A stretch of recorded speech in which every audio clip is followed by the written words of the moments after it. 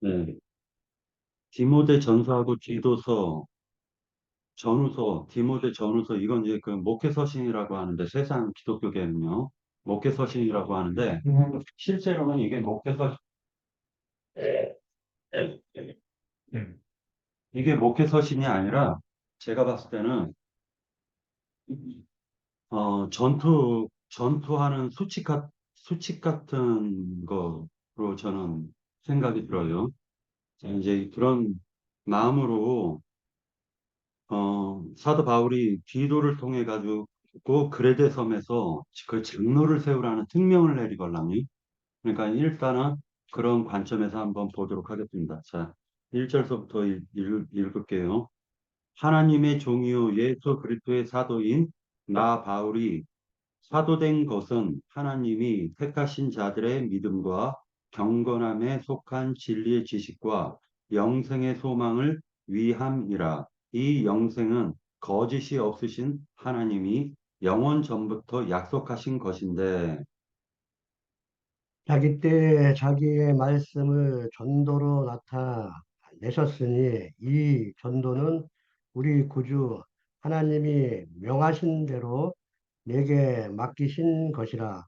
같은 믿음에 따라 나의 참 아들 된 디도에게 편지하노니 하나님 아버지와 그리스도 예수 우리 구주로부터 은혜와 평강이 내게 있을지어다. 내가 너를 그레데에 남겨둔 이유는 남은 일을 정리하고 내가 명한 대로 각 성의 장로들을 세우게 하려 함이니 책망할 것이 없고 한 아내의 남편이면 방탕하다는 비난을 받거나 불순종하는 일이 없는 믿는 자녀를 둔 자라야 할지니라. 감독은 하나님의 청지기로서 책망할 것이 없고 제 직대 고집대로 하지 아니하며 급히 불내지 아니하며 술을 즐기지 아니하며 기타하지 아니하며 더러운 이득을 탐하지 아니하며 오직 나그네를 대접하며 선행을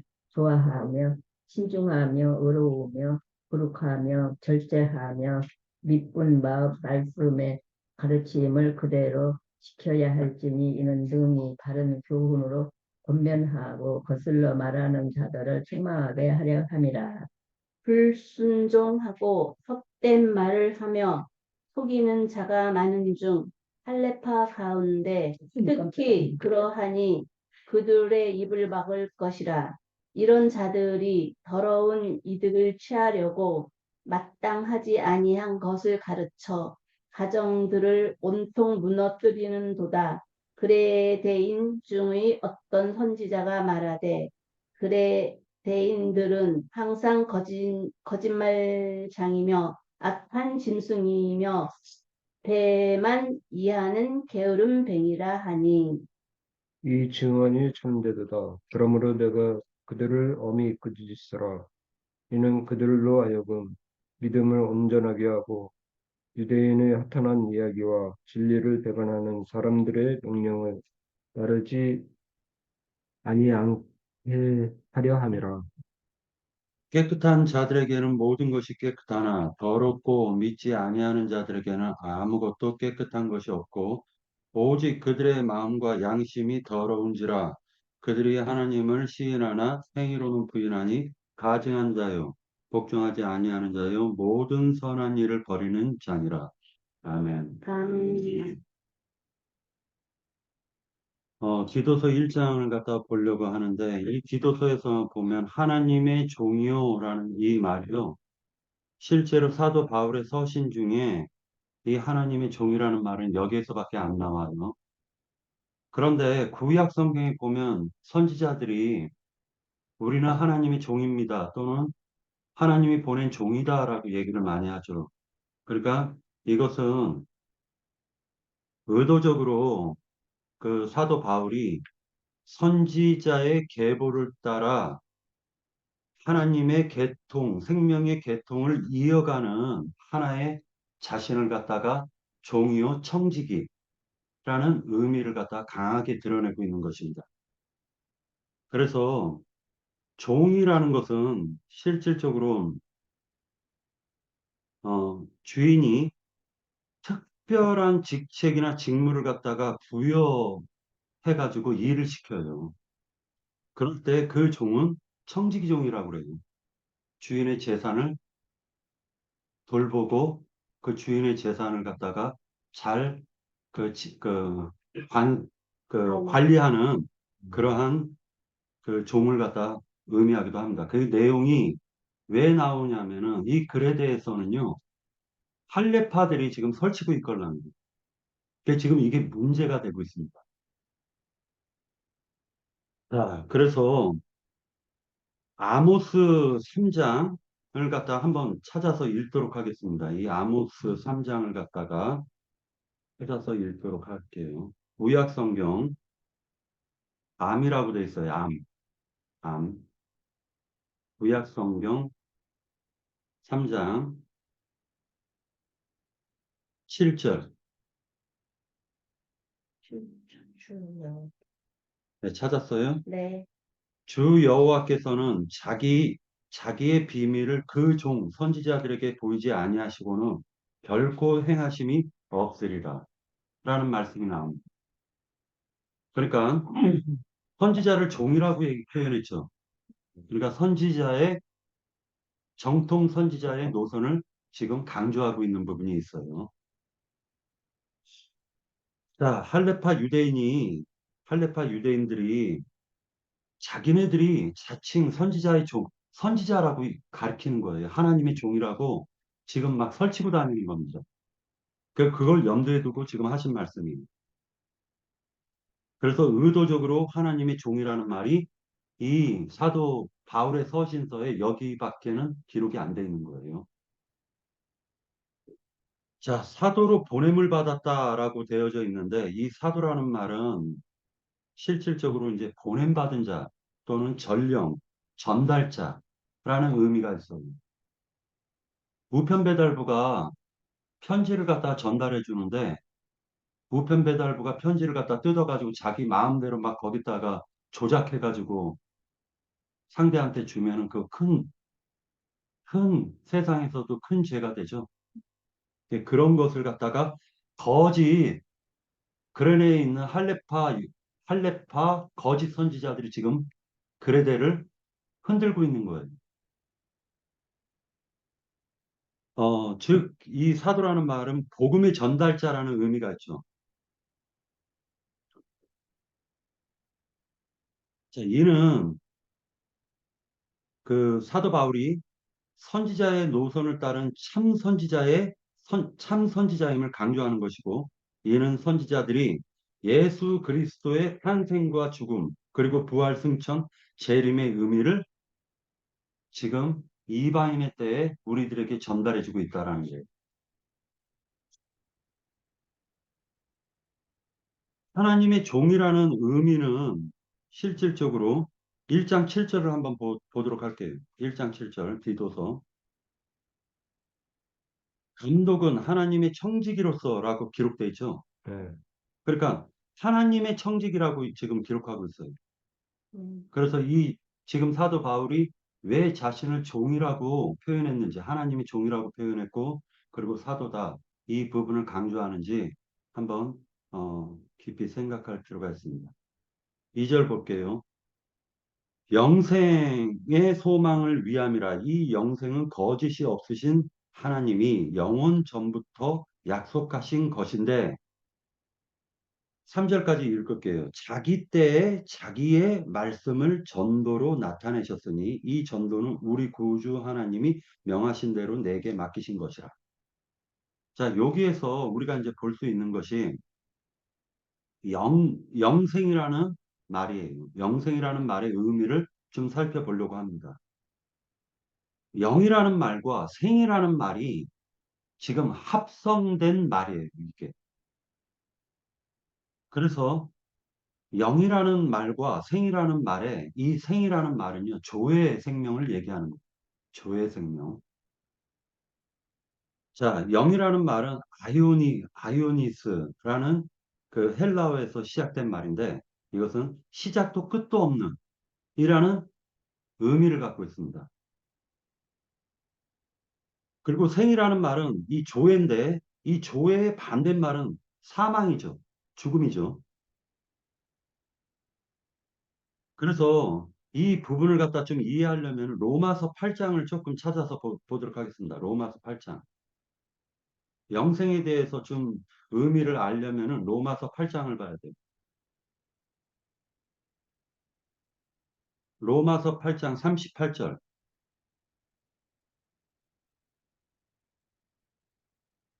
자, 찾았나요? 이거 중요한 부분이니까 다 찾아보셔야 돼요. 8장 몇 절? 38절. 네. 네, 볼게요.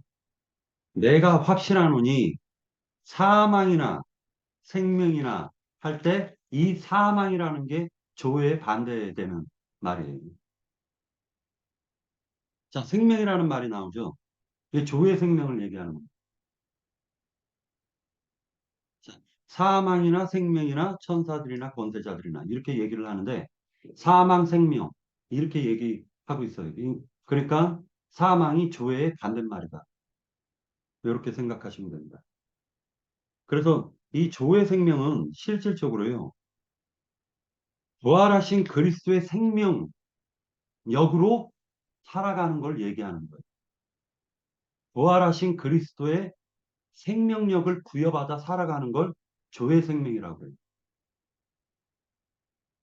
로마서 어차피 찾았으니까 5장도 같이 한번 읽도록 할게요. 5장 10절.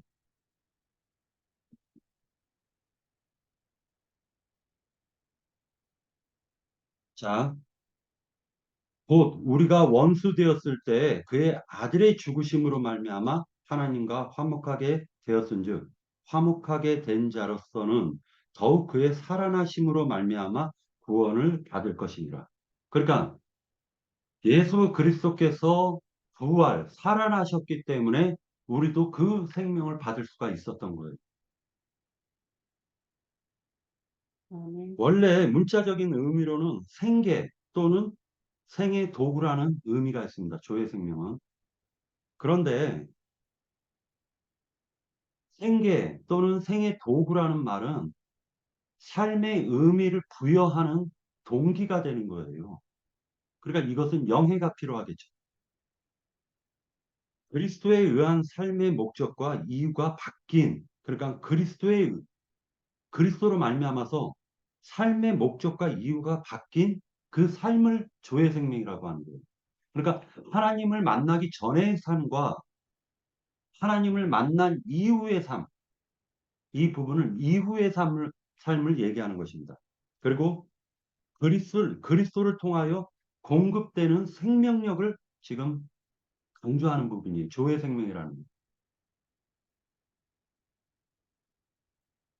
자, 이제 2절에 보면은 또 중요한 말이 나옵니다.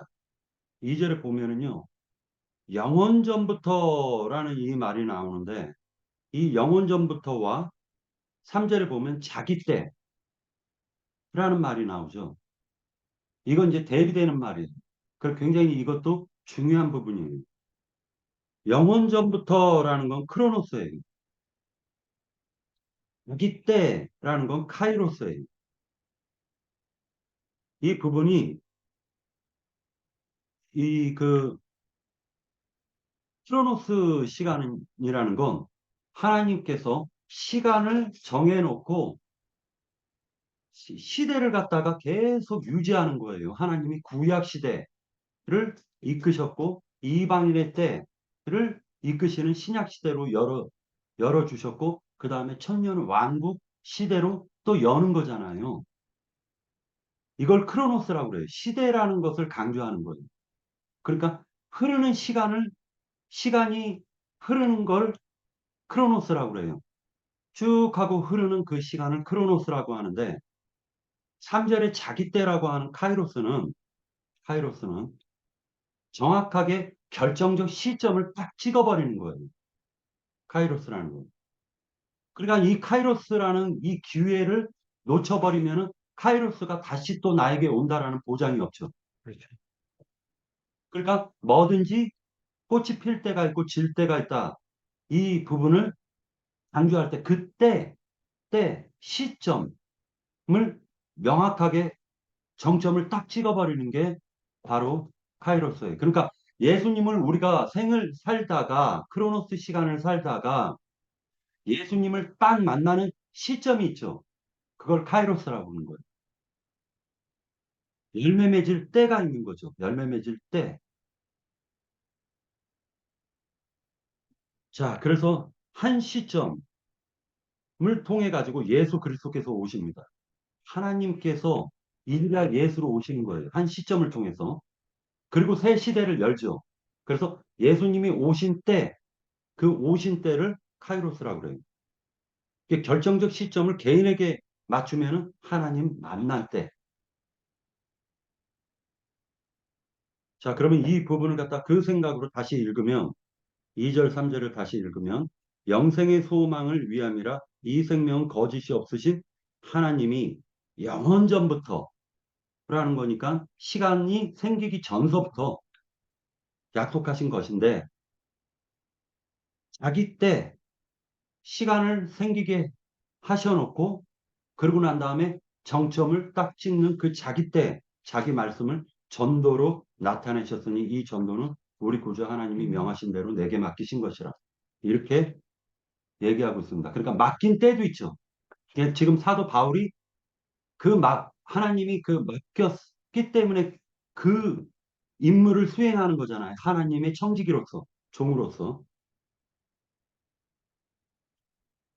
그리고 전도라는 이 말은요, 하나님이 보낸 사자의 선포예요, 선포. 그러니까 전도를 할 때 사람 비유 맞추는 게 아니라 하나님의 말씀을 딱 선포하는 거예요, 전도는.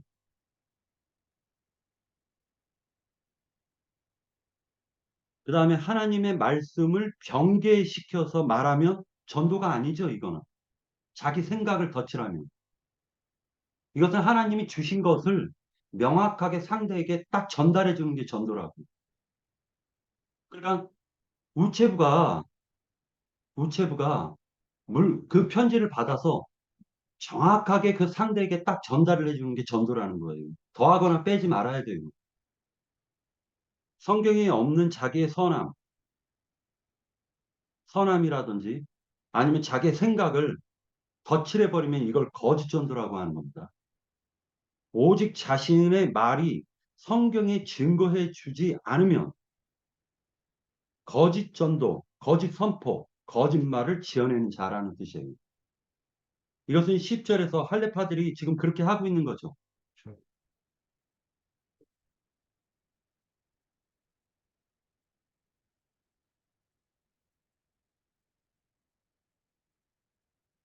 자, 이제 이 기도에 대해서 좀 알아볼 건데요.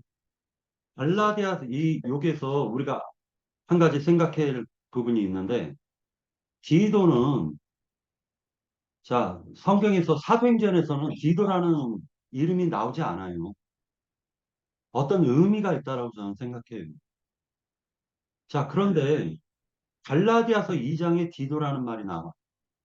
이 할례파들이 기도를 억지로 할례를 시키려고 하는 거예요. 억지로.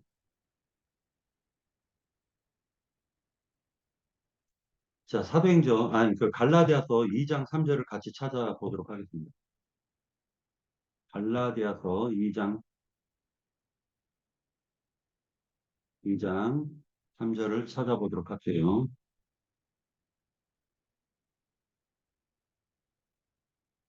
자, 그러나 나와 함께 있는 헬라인 디도까지 억지로 할례를 받게 하지 아니하였으니 이는 가만히 들어온 거짓 형제들 때문이라. 자, 할례파들이 가만히 들어온 거짓 형제들이에요.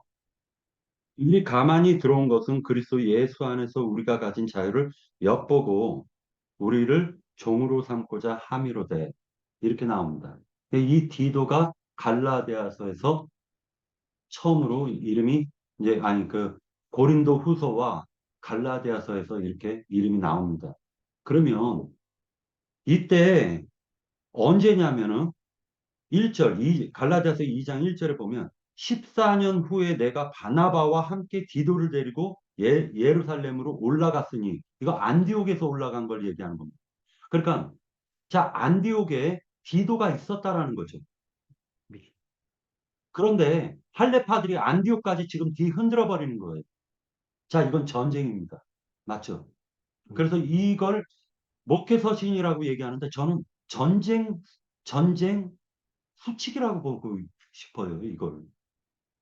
왜 디도서가 점령한 각 성을 지금 감독자, 장로들을 세워가지고 그 성을 이제 방어하는 여호수아와 같은 그런 느낌이 들었다라는 거예요.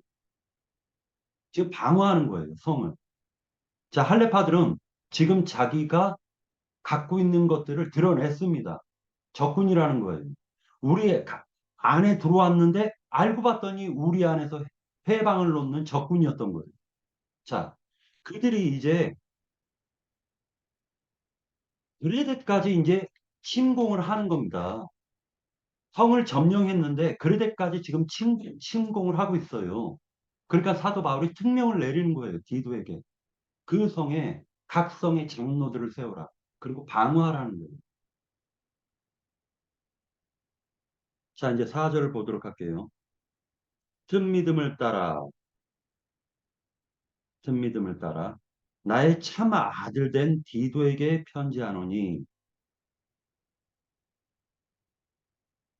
어, 하나님 아버지와 그리스도 예수 우리 구주로부터 은혜와 평강이 내게 있을지어다.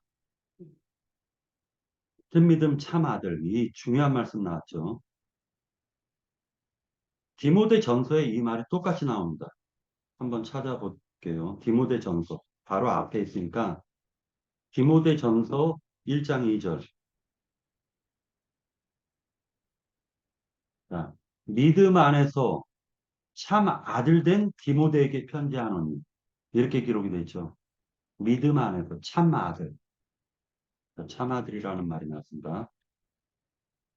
바울이 전하는 그 믿음을 물려받은 거죠.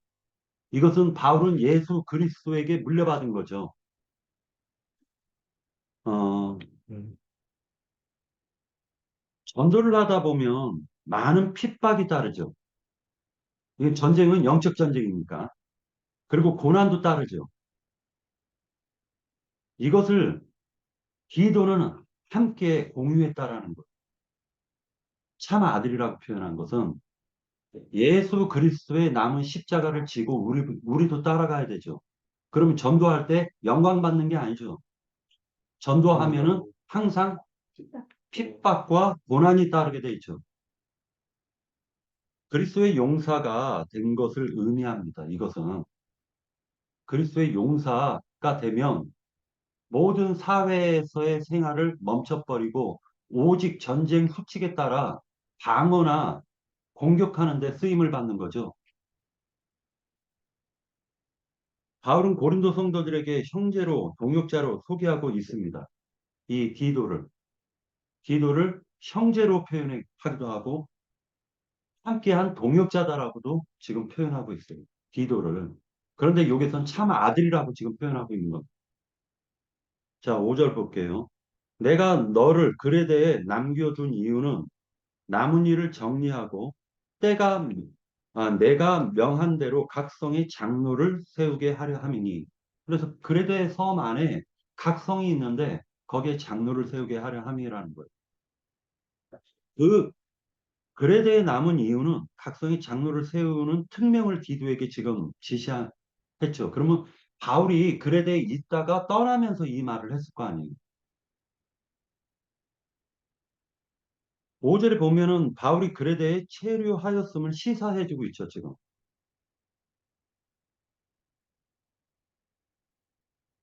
로마로 압송 중에 유라굴라 그 광풍을 만나가지고 한번 그 배가 그 파선됨으로 말미암아 그레데 섬에 갇힌 적이 있걸랑요.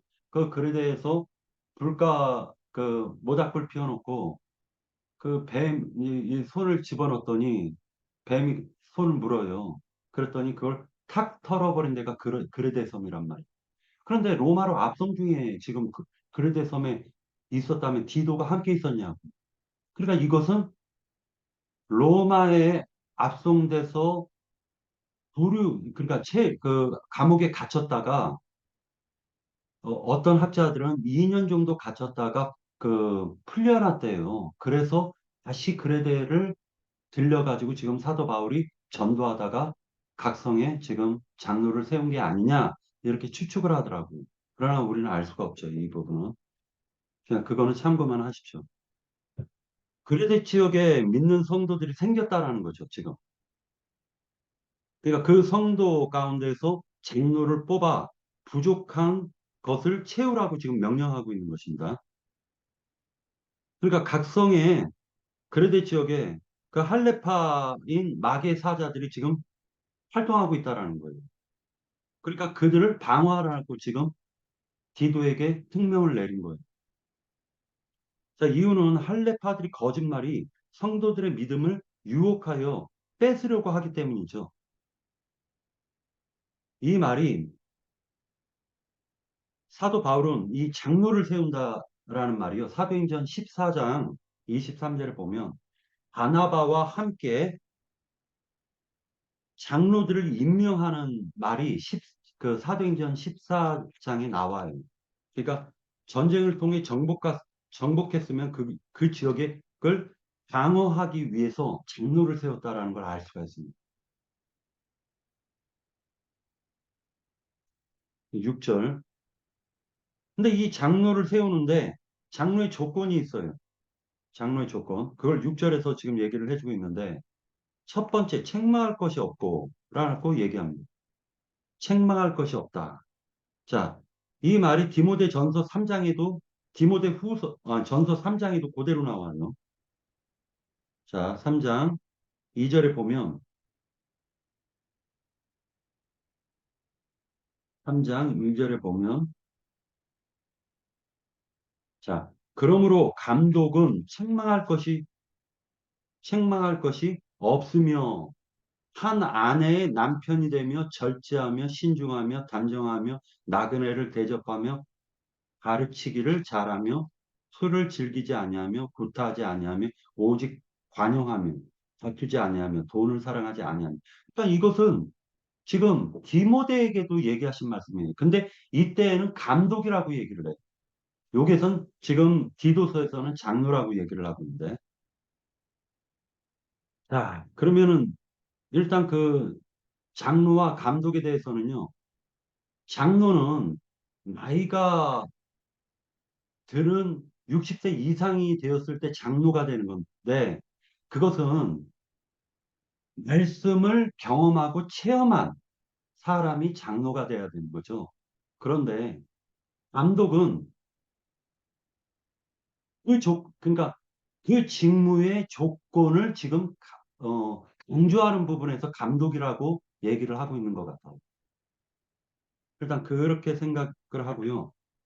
6절에서 보면은 책망할 것이 없다. 이 부분이 있고, 그 다음에 한 아내의 남편이라고 하는데, 음란마귀가 가득하면은 안 되죠, 이게. 그죠? 자, 이 부분은 예수 그리스도와 교회는 한 남편과 아내죠. 그런데 음녀는 7머리가 있다라는 건 7남편이 있다라는 거죠. 그게 음녀죠, 이거. 그걸 대비하시면 될 것 같아요. 자, 믿는 자녀를 둔 자라야 할지니라. 믿는 자녀. 그래서 내가 그저께 도윤이한테 너는 아빠의 믿음을 따라야 된다. 라고 얘기를 했어요. 뭐래요? 그래서 아무 소리 안 하는데, 답을 그런데 그런 조건이 없으면은 네. 장로가 될 수가 없는 거예요. 한 가정을 다스리지 못하는데 어떻게 장로가 되겠습니까? 자, 가족이 믿음의 동역을 해줘야 돼요.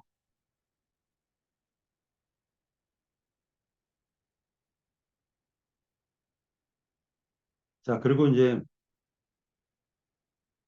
세상을 사랑하는 자는 전쟁에 있어 지도자를 세울 수가 없다는 것을 알 수가 있습니다. 전쟁하면서 맨날 밖에 나가려고 꿍꿍이 속이 밖에 나가려고 하는데 무슨 방어가 되겠습니까? 그러니까 이것은 전적으로 전쟁에만 전쟁을 수행하는 생각을 갖고 있는 사람이 감독이 돼야 된다는 거죠.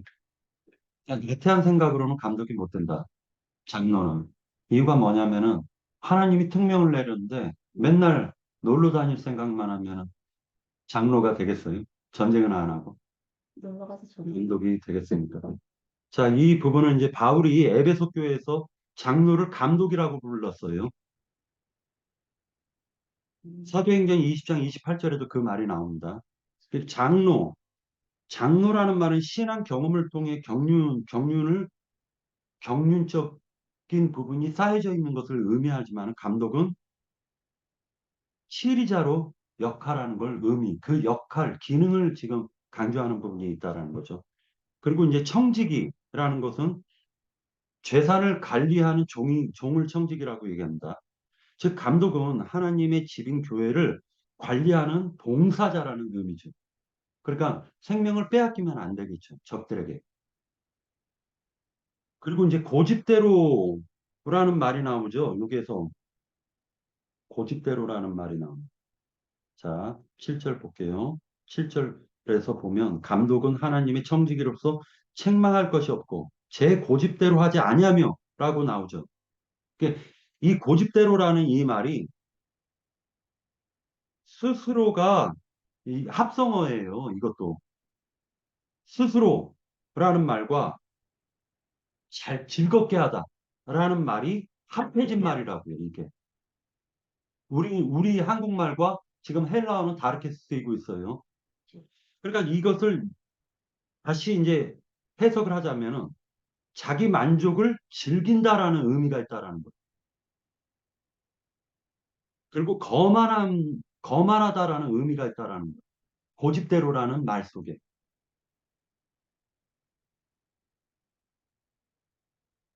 자, 그 다음에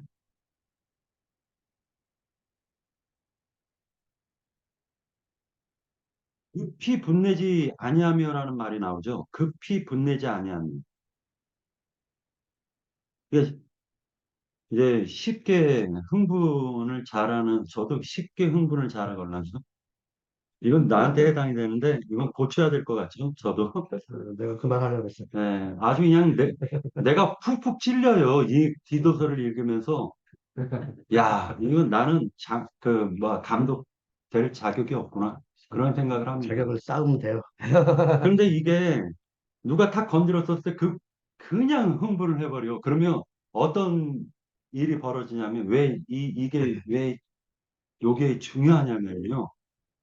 장군이 부하들을 데리고 적이 막 깔짝깔짝 되니까 야, 저것들 쳐버려 하는데 적은 깔짝깔짝 된 이유가 흥분시켜요. 일부러 흥분시켜서 그 병사들을 끌고 와가지고 포위해가지고 그냥 작사를 내려고 지금 흥분을 하는데 아니 장군이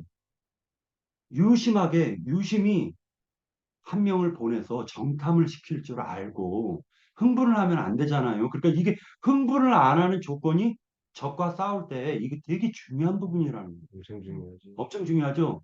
근데 나는 흥분을 잘한다고요. 난 참 이게 하나님이 왜 그런 성격을 주셨는지. 그것 또한 감사해요. 네, 저는 이 부분은 참 이게 이건 장군이 되면 이거 몰살시키는 장군 되겠구나. 나는 그런 생각도 해봤어요. 자기 만족을 위해 전도하는 행위를 하지 말라는 거예요. 전도를 하되 순수한 마음이 아니라 기 만족을 위해서 전도하면 그 사람은 전도 자격이 없어요. 그걸 주신 게 바로 지금 깨달으셨잖아요. 예. 그것 자, 때문에. 그리고 상대를 굴복시키려고 하나님의 이름을 들먹이는 것 있죠. 네. 잠깐만요.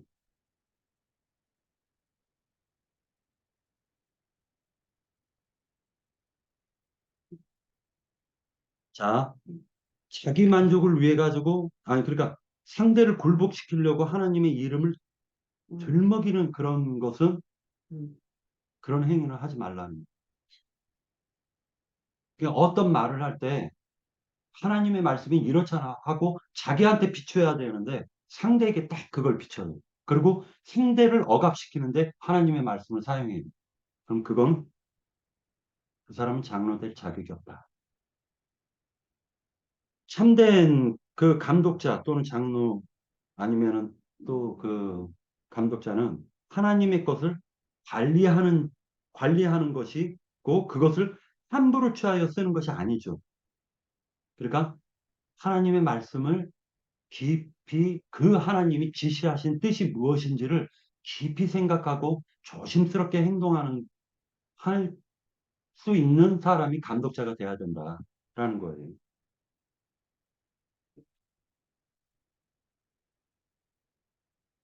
자, 술을 즐기지 아니하며 이 말은 이제 우리 황정한 형제가 약간 좀 찔릴 수 있겠네요. 찔림이죠. 예, 찔릴 수 있겠어요. 나도 조금 찔리는데. 예, 약하다. 예, 홍영진 님도 찔리면은, 아니, 허위는 별로 술이 약. 많이는 근데 안 이게, 좋아는 하지. 뭐 술을 갖다가 뭐 마셔라 마시지 말라 성경이 어떤 그런 행위를 주장하는 건 아니에요, 사실. 그렇지만, 어, 그, 누룩이 많이 섞인 술도 있죠. 있지. 맑고 깨끗한 술도 있는 거예요. 맑고 깨끗한 술은 예수님에게 맞아요. 공급되는 거니까, 포도주니까. 그것은 마셔야 되겠죠. 음. 그런데 누룩이 섞인 그 거짓 것이 많이 섞인 술은 피해야 되겠죠. 피해야지. 예. 그래 헛된 속임수, 철학. 이 부분은 이제 14절에 나오죠. 14절. 유대인이 허탄한 이야기와 진리를 배반하는 사람의 명령을 따르지 않게 하려 하니. 그게 나오는데 그 허탄한 이야기에 소가 넘어가는 것을 얘기하는 겁니다. 그러니까 장로가 귀가 얇으면 안 돼요. 그죠? 감독자는 귀가 얇으면 안 된다. 이 말씀이 그러한가 하고 그 말씀이 성경에 딱 대비를 해가지고 성경에서 벗어나면 안 돼. 그리고 이제 그 구타하지 아니하며라고 돼 있죠. 왜 구타해요? 자기 뜻대로 움직여 주지 않으니까 구타하는 거잖아요. 못 살겠어. 구타하는 이유가 내 뜻대로 해달라는 거 아닙니까? 못 살겠어. 그러니까 자기 종 삼으려는 물 없는 구름들이죠. 유다서에서 보면 자기 몸만 기르는 자들이고 자, 더러운 이득을 탐한다라는 건 발람이 축복해주고 돈 받는 거죠. 축복받아라, 축복받아라 해놓고 신나게 막 혼치하게 해가지고 금반지 빼게 만들어 버리는 거예요. 금목걸이 빼게 만들고. 그래서 이제 차비가 없어서 빌려서 집에 돌아가게 만드는 그런 놈이 장로가 되면 안 되겠죠. 감독이 되면 안 되겠죠. 그렇지. 자, 나그네 대접하라고 8절에서 나오죠. 8절에서. 이것은 성도들을 대접하고 또는 순회 전도자들을 대접할 줄 알아야 된다라는 뜻이 있는데 예를 들어서 박경식이가 내 오사는 내 지역이야 하고 지켜 그냥 그래놓고 이제 홍석인 형제님이 와서 비켜 하는데 접대를 해서 그 자리를 줘야 되겠죠. 또 윤상훈 형제가 오면 증거할 수 있도록 양보해 줘야 되겠죠. 그렇지. 근데 그러질 않아. 그러면 그 장로 감독 될 자격이 없다는 겁니다. 이건 수원 모임을 생각하면 됩니다. 나 형제님이 수원 모임 갈 때 그 자리를 양보 안 했어요. 그래서 저는 예전에는 양보했다고. 그러니까 이건 처음에는 반역이라는 거예요. 반역. 예전에 김기태 있을 때는 예, 자, 으뜸되기를 좋아하는 드레베를 생각하시면 됩니다. 자, 으뜸되기를 좋아하는 디오드레베. 그러니까 손의 전도자들을 받아주지를 않아요. 지가 딱 차지해버려. 그리고 하나님이 붙여준 영혼들인데 자기 것으로 딱 생각을 해버리는 거예요. 이걸 나그네 대접을 하지 않았다라고 표현하고 있습니다. 자, 근신하며 이 말이 신중하며라는 말과 스트롱 넘버가 같아요. 자, 이 8절을 한번 같이 보도록 하겠습니다. 신중하며라고 나오죠. 오직 나그네를 대접하며 선행을 좋아하며 신중하며 라는 말이 나오죠. 이 신중하며가 어, 신중하며가 여기 보면은 그 신중하며 네. 일단 체크해 두고요. 자, 자신을 조절할 수 있는 뜻이 지금 여기에 내포가 되어 있는 거예요. 자신을 그 절제하고 억제할 수 있는 이기는 생명으로. 자, 일단 요렇게 체크를 해두고 넘어가겠습니다. 자, 디도서에서는 이거를 갖다가 5번 강조를 합니다. 신중하며, 신중하며를 요 디도서에서는요, 2절에서만 5번 강조를 해요. 자, 2절 한번 찾아서 볼게요. 6절. 2장 6절. 2장 6절. 디도서 2장 6절. 너는 이와 같이 젊은 남자들을 신중하도록 권면하되. 라고 나오죠. 그 다음에, 자, 12절 한번 볼까요? 2장 2절을 한번 보세요. 2장 2절. 늙은 남자로는 절제하며 경건하며 신중하며 나오죠. 그 다음에 2장 12절. 우리를 양육하시되 경건하지 않은 것과 이 세상 정욕을 다 버리고 신중함과 의로움과 경건함으로 이 세상에 살고 이렇게 나오죠. 그러니까 신중하며라는 말이 5번 나와요. 어떤 이제 강조점이 있을 거예요. 사도 바울 형제님이 이렇게 5번을 의도적으로 지금 썼다라는 건 어떤 의도가 있을 겁니다. 자, 그 다음에 거룩하며가 나오죠. 거룩하며. 1절에서 거룩하며 나오죠. 하나님의 올바른 관계를 회복하라는 거예요. 이건 거룩이라는 말은 분별됐다라는 의미가 있으니까 하나님과 세상에서 빼냈잖아요. 군대로 소집한 거예요, 지금. 자, 이 부분은 군대로 소집되면 절제할 줄 알아야 되겠죠. 그죠? 하나님과 올바른 관계를 가져서 하나님의 일에 치중하라는 걸 의미하고 있어요. 자, 헌신적이다라는 말도 거룩함에 포함이 되어 있다는 것. 신중하며 가볍게 행동하지 않고 조심스러워요. 네. 자, 절제하며라고 나오죠. 절제하며. 그렇죠. 그러니까 이 말은 자신의 욕망을 통해 통제하라는 거죠. 자신의 욕망을 통제하라는 거죠. 갈라디아서에서 5장 보면 성령의 9가지 열매 중에 이게 들어갑니다. 자, 이기는 생명으로 육적 욕망을 다스리라는 걸 지금 얘기하는 거예요. 9절 보도록 하겠습니다. 밑분 말씀이라고 나오죠. 밑분 말씀. 이건 참된 말씀을 얘기하는 것입니다. 하나님의 말씀을 더하거나 빼지 않고 자신의 생각으로 하나님의 영광을 가리는 것은 밑분 말씀이 아니죠. 그렇죠. 네, 자기 거칠한 말이지. 이게 감독은 성을 지키기 위해서 사탄의 사자들이 공격을 방어할 줄도 알아야 되는데 이미 침투해서 몰래 들어와 있는 거짓 형제들도 분별할 줄도 알아야 돼요. 참된 말씀으로 자신에게 적용할 줄도 알아야 되겠죠. 먼저 감독이 해야 되는 거는 모든 말씀을 자신에게 적용을 시켜야 돼요. 그리고 형제 자매님들에게 그것을 전달해야 되는 거예요.